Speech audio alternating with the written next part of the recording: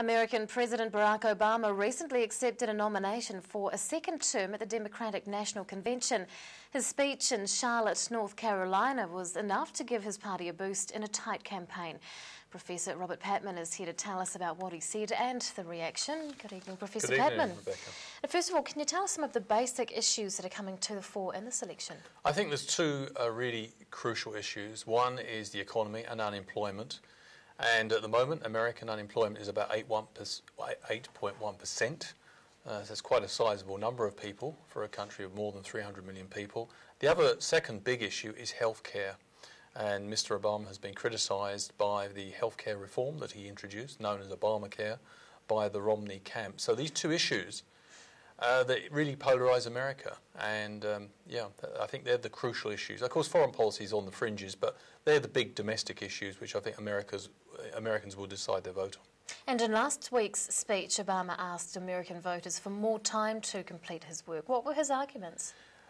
Essentially that he inherited an economic mess, that this was the worst economic crisis that any administration faced since the late 20s of the Great Depression then, and that it will take time to turn this around. And I think in other words, his speech at the convention was a plea to be patient, that his policies were working, but it would only be in the second term that the fruits of the policies he's put in place to deal with this global crisis, the Wall Street crash, these have been put in place. And of course, he also an additional argument he uses is that the policies of Mr. Romney bear an uncanny resemblance to George W. Bush, which created the mess in his terms.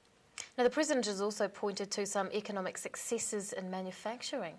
Yes, I think in his speech to the Democratic National Convention, he made much of his administration's intervention in the auto industry. It was $85 billion that was pumped in to support, amongst others, General Motors. And that was bitterly criticised by Mr. Romney at the time as being a waste of taxpayers' money. Well, the Democrats say that it was a great investment and that American car manufacturers are now performing better than any time in the last 20 years. So that's been seen as a vindication of the government playing an active role in trying to save jobs in a crucial sector and trying to build, for the future. And he took on Mitt Romney over his record on international relations. Yes, in his convention speech, he didn't spare Mr. Romney or Mr. Ryan, Mr. Romney's running mate, about their lack of foreign policy experience. In particular, he drew attention to the fact that Mr. Romney had described Russia as America's #1 enemy, and Mr. Obama said it's almost as if the Cold War wasn't over.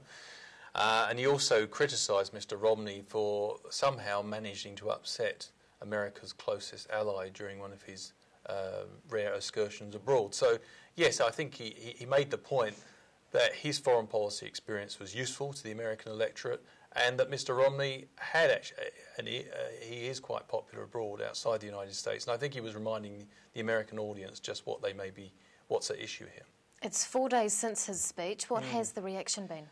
Well, he's actually had quite a good bounce in terms of polling. It's Mr. Obama rather than Mr. Romney that's benefited from the two conventions that have recently occurred, with the Democratic Convention being the most recent.